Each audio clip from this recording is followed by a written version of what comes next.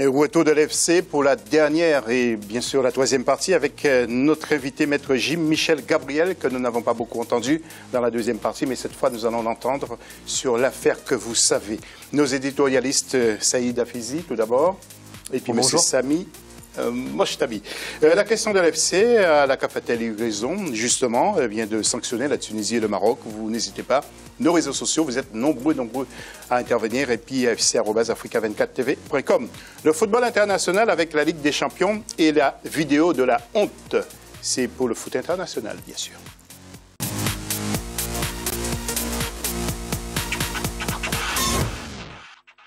Nous allons revenir sur ce qui s'est passé la semaine dernière. Maître PSG-Chelsea, vous avez quand même suivi ce match? Bien sûr, comme beaucoup. Donc un but partout. Il y a eu aussi d'autres rencontres, comme le mercredi 18 avec Schalke, Real de Madrid. Real qui a fait vraiment un grand pas vers la qualification pour l'écart, 2-0. Et puis Porto et Bâle qui ont fait match nul, un but partout. Le retour, c'est le 10 mars avec Real contre Schalke et FC Porto contre Bâle. Messieurs, Saïd et Sami, un petit mot? Oui, Cristiano Ronaldo qui s'est fait conspuer, huer plus que ça par les supporters allemands, a répondu de la plus belle des manières. Hein. Il a livré une superbe prestation. On a retrouvé le Cristiano Ronaldo qu'on avait perdu il y a un certain temps. Donc moi, je trouve que cette équipe du Real Madrid, elle dégage quelque chose. Elle dégage quelque chose, c'est très intéressant. Le jeu qui est pratiqué, je le trouve intéressant. Je trouve que dans les moments où il y a une baisse de régime de la part de l'équipe, quand on voit qu'ils sont un peu dans le dur, il y a une certaine solidarité qui émerge de cette équipe-là. Donc ça, c'est pas tout le temps resplendissant. Ok, on va faire un coup, Saïd. C'est pas tout le temps resplendissant, mais je trouve qu'il y a quelque chose qui se dégage de cette équipe. Samy, vous aussi, vous êtes de l'avis de... Non, pas vraiment d'accord avec Saïd. Je trouvais qu'on avait... Enfin, tu dis qu'il est revenu, Ronaldo, il commence petit à petit, on va dire. Et là, le Real redevient un petit peu le Real de 2014, mais on sent quand même une baisse de régime dans cette équipe et heureusement que c'était que Schalke 04, mais s'il joue comme ça en quart de finale ou en demi-finale, ça ne passera pas. Voilà, et puis ce mercredi, Manchester City contre Barcelone et Juventus Borussia Dortmund et mercredi 25, Bayern Leverkusen contre Atlético Madrid et Arsenal contre Monaco. Maître, vous suivez des équipes en particulier? Bien sûr, Paris forcément. Oui, PSG. Non, vous ne voulez pas.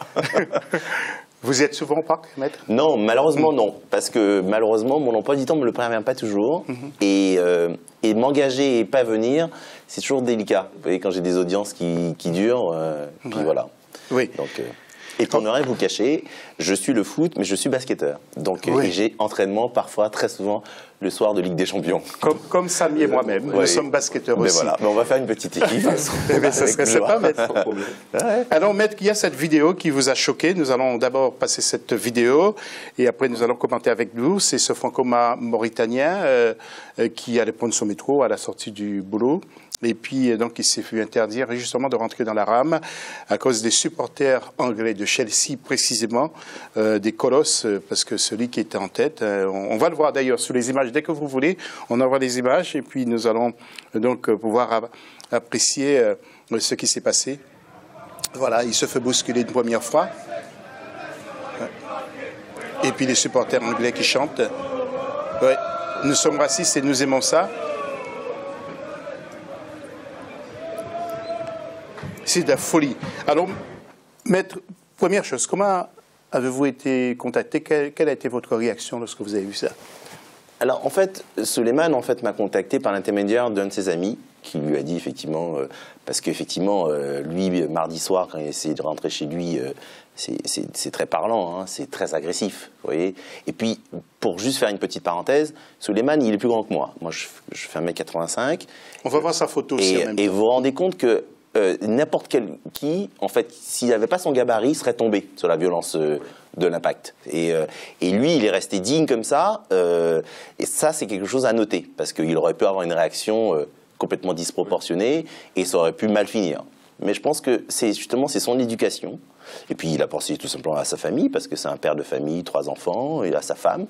Et voilà, et puis il est dans un esprit d'apaisement, c'est pas quelqu'un d'agressif. Alors j'ai entendu sur les réseaux, soi-disant, il avait soi-disant une écharpe du PSG, c'est pour ça qu'on l'aurait bousculé. Vous voyez, il y a plein de versions incroyables qui circulent de la part justement de certains supporters de Chelsea pour justifier le geste. Mais effectivement, c'est insupportable. Parce que cette image aujourd'hui de se dire... on sait tous ici, on connaît Rosa Parks. Tout à fait. Voilà. Et puis, vous voyez, Rosa Parks, elle, on lui demandait de se déplacer du bus de place.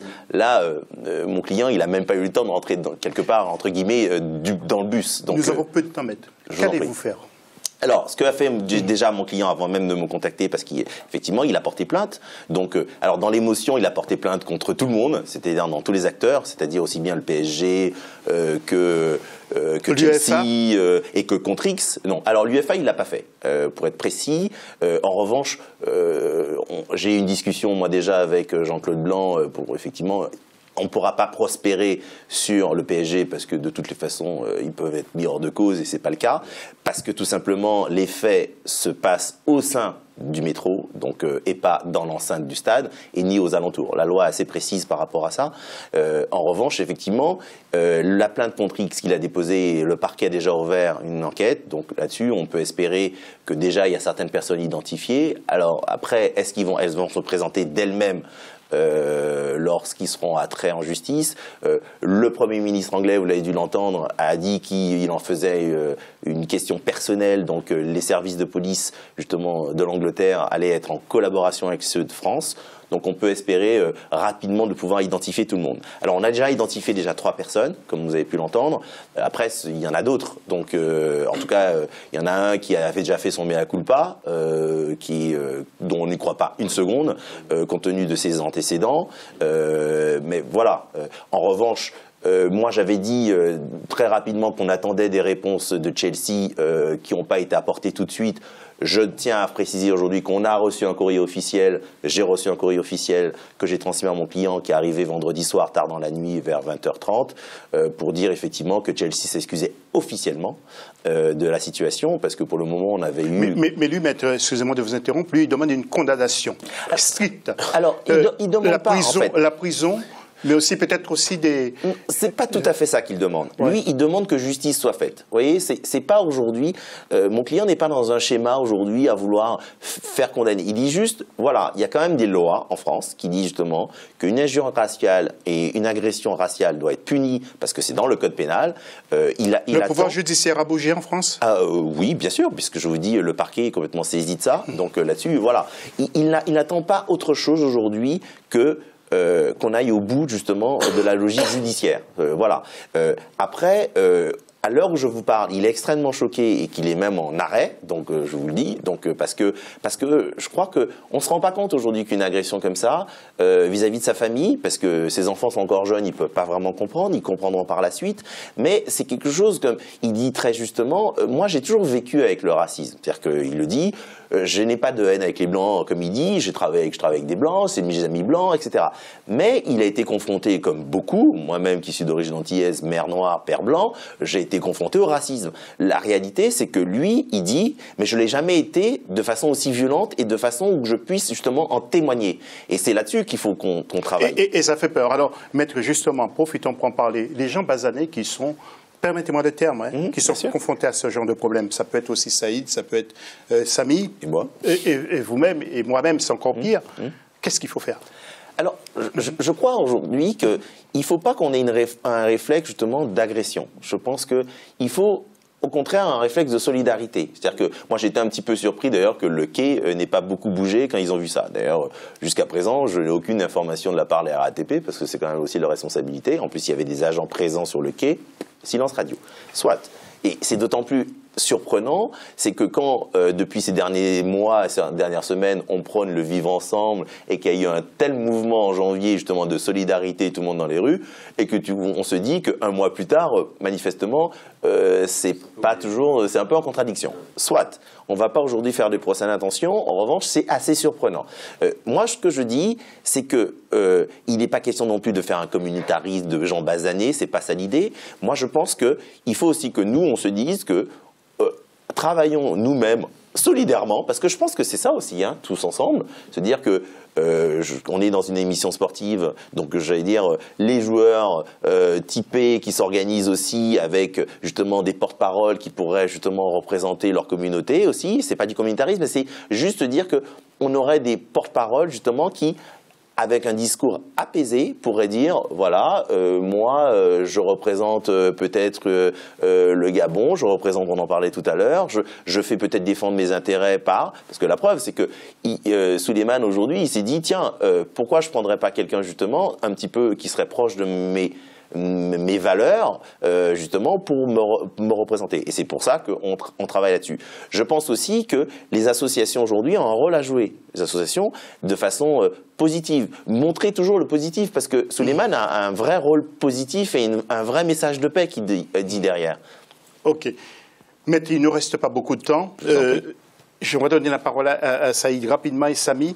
Après, Maître va nous dire qu'il s'occupe de beaucoup d'affaires de sportifs et nous allons clore l'émission. Je suis vraiment désolé. D'accord. Saïd, un petit mot rapide. Toute notion de débat au moment des faits avec ces gens-là était carrément implaçable. Maintenant, moi, je pense que ce monsieur-là, Souleymane, a une responsabilité qu'il doit porter. On ne peut pas laisser passer des actes comme cela, parce que accepter de laisser passer des actes comme ça, c'est laisser la porte ouverte à beaucoup de choses. Il faut à un moment donné tous avoir une prise de conscience, et les petits actes isolés de racisme au quotidien, d'islamophobie, de ci, de ça, faut à un moment donné médiatiser le débat comme il le fait très bien, porter cette parole-là et ne plus laisser passer ces actes-là, parce que quand on laisse passer ça, derrière il n'y a plus de limites.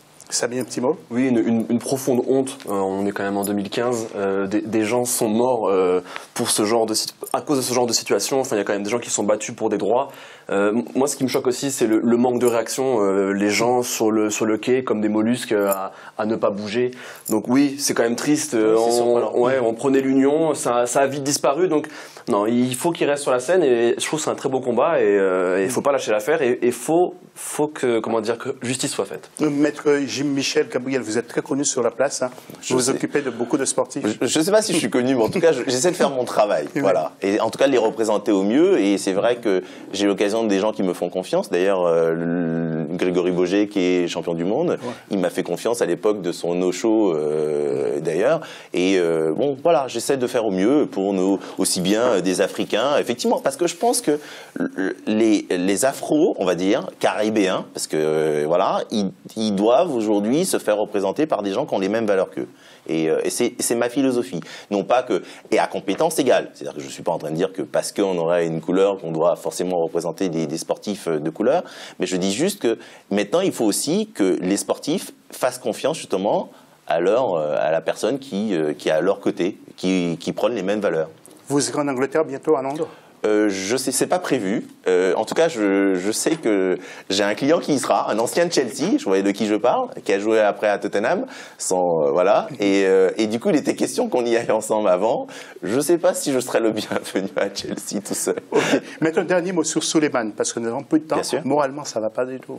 Ben, je pense qu'il faut se mettre à sa place. C'est quand même un peu difficile quand même. Donc, mais il va se reconstruire parce que c'est quelqu'un qui aujourd'hui qui est fort. Et puis il est très entouré par sa famille, par ses enfants. Et puis quelque part, j'allais dire, il m'a transmis voilà le flambeau quoi, quelque part pour justement faire maintenant que la justice suive son cours. Vous n'allez rien lâcher. Hein? Ah non, c'est pas ma nature. Bon, affaire à suivre. Merci, Michel Gabriel, maître. Merci à Saïd, merci à Samy et à Axel pour le football gabonais. On vous laisse pour d'autres infos sur Africa 24. À lundi prochain.